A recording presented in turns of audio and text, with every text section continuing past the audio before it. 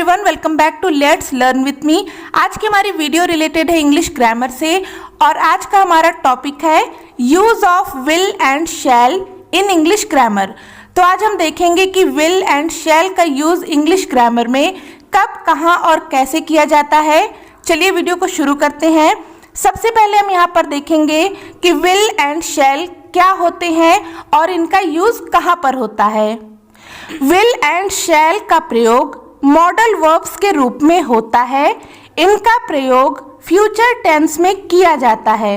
Will and शैल का प्रयोग हम भविष्य में होने वाली घटनाओं को व्यक्त करने के लिए करते हैं।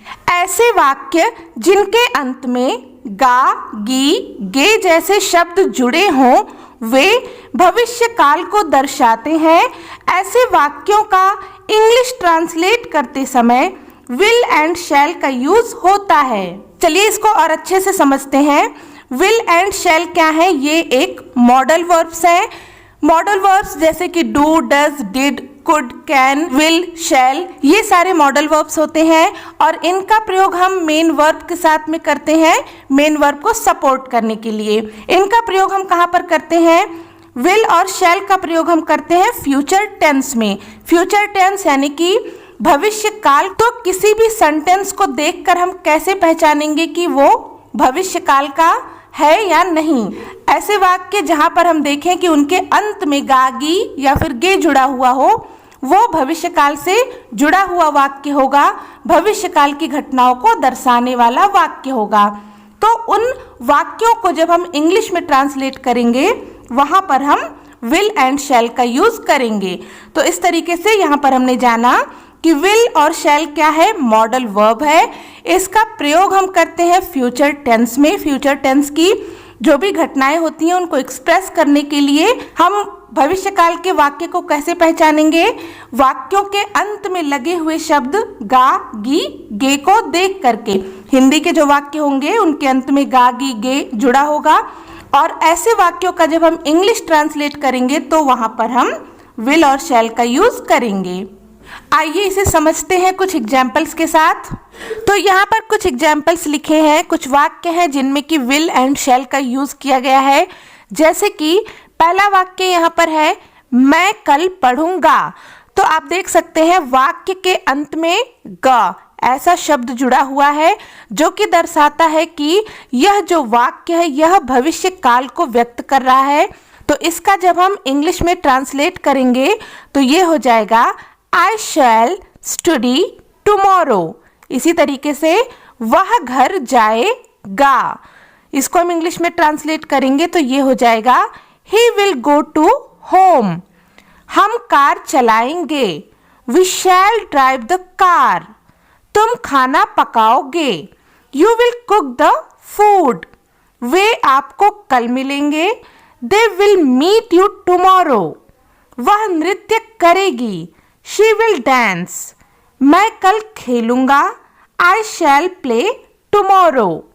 अब आइए देखते हैं विल एंड शैल को यूज करने के रूल, यानी कि विल एंड शैल किसके साथ में यूज किया जाता है। तो देखिए विल और शैल का जो यूज है वो दो प्रकार से किया जाता है। एक तो ट्रेडिशनल इंग्लिश में नॉर्मल फ्यूचर में जब हम विल या फिर शैल का यूज करते हैं तो वहां पर आई और वी के साथ में हम शैल का यूज करेंगे।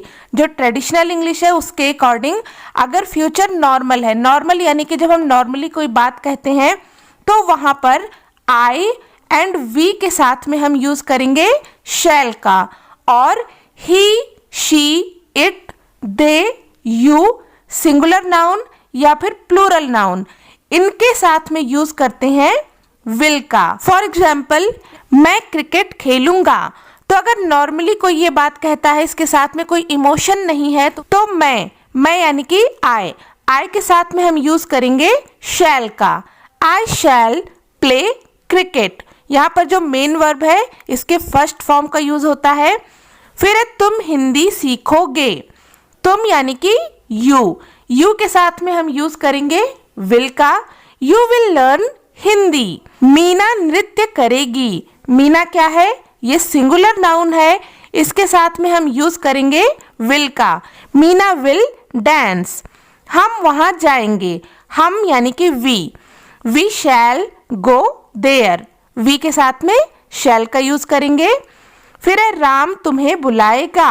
राम ये क्या है, सिंगुलर नाउन है, इसके साथ में विल का यूज होगा।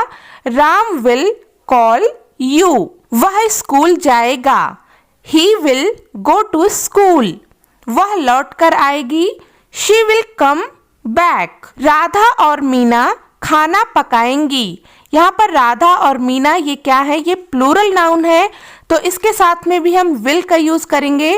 Radha and Meena will cook the food. हम उसकी मदद करेंगे।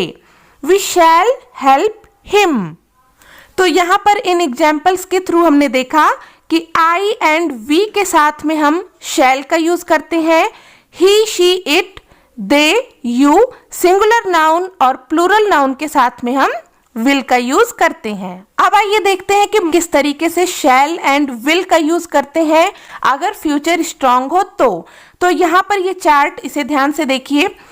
यहाँ पर है आई एंड वी के साथ में shall, he she it you they singular noun और प्लूरल नाउन के साथ में विल। इसका यूज हम करते हैं ट्रेडिशनल इंग्लिश में नॉर्मल फ्यूचर के साथ। लेकिन अगर फ्यूचर स्ट्रांग हो यानी कि कुछ इमोशंस जुड़े हुए हो तो वहां पर हमें इसे स्विच कर देना है।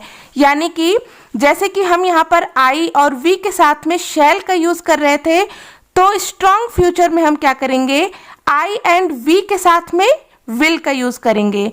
और नॉर्मल फ्यूचर में he she it you they singular noun और प्लूरल नाउन के साथ में हम विल का यूज कर रहे थे, वहीं स्ट्रांग फ्यूचर में हम he she it you they singular और प्लूरल नाउन के साथ में शैल का यूज करेंगे। तो सबसे पहले हम यहाँ पर देखेंगे will in strong future. Will का स्ट्रांग फ्यूचर में यूज हम किस प्रकार से करते हैं, कौन कौन सी कंडीशन होती हैं।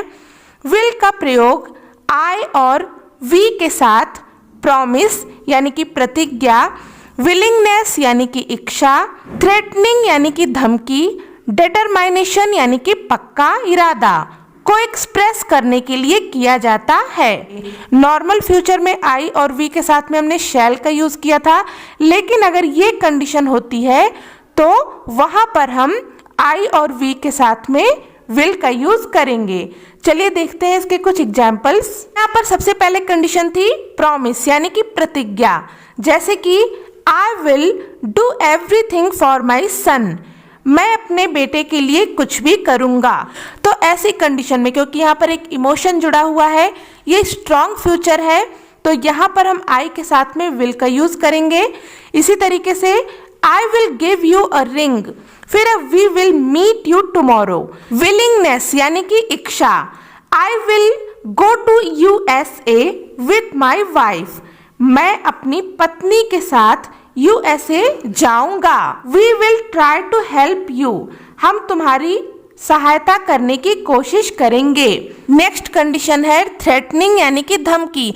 अगर कोई किसी को धमकी दे रहा है तो वहां पर आई और वी के साथ में विल का यूज होगा, जैसे I will kill you, we will spoil you. Determination यानी कि दृढ़ संकल्प, जैसे कि we will not allow her to come in. हम उसे अंदर आने की इजाजत नहीं देंगे। I will not go to home before morning. मैं सुबह से पहले घर नहीं जाऊंगा। तो यहाँ पर एक दृढ़ संकल्प की बात हो रही है, इसलिए वी और आई के साथ में शैल का यूज ना करके विल का यूज किया गया है। अब देखते हैं कि शैल का यूज स्ट्रांग फ्यूचर में किस प्रकार से करते हैं। शैल का प्रयोग you they he she it singular noun, plural noun के साथ कमांड यानी कि आदेश, प्रॉमिस यानी कि प्रतिज्ञा, थ्रेटेंड यानी कि धमकी, डिटरमाइनेशन यानी कि दृढ़ संकल्प को एक्सप्रेस करने के लिए किया जाता है। यहाँ पर शैल का यूज जो कि हम नॉर्मल फ्यूचर में आई और वी के साथ में करते हैं, स्ट्रॉन्ग फ्यूचर में you, they, he, she, it और सिंगुलर नाउन, प्लूरल नाउन के साथ कब करेंगे, जब वाक्य में किसी को आदेश दिया जा रहा हो, कोई प्रॉमिस किया जा रहा हो, धमकी दी जा रही हो या किसी दृढ़ संकल्प की बात की जा रही हो। तो सबसे पहले कंडीशन यहाँ पर है कमांड यानी कि आदेश, जैसे कि you shall sit outside the class, तुम क्लास के बाहर बैठोगे। फिर है he shall go there at once, वह एक बार वहां जाएगा। प्रॉमिस यानी कि प्रतिज्ञा। ही शैल बी अवॉर्डेड, उसे इनाम दिया जाएगा।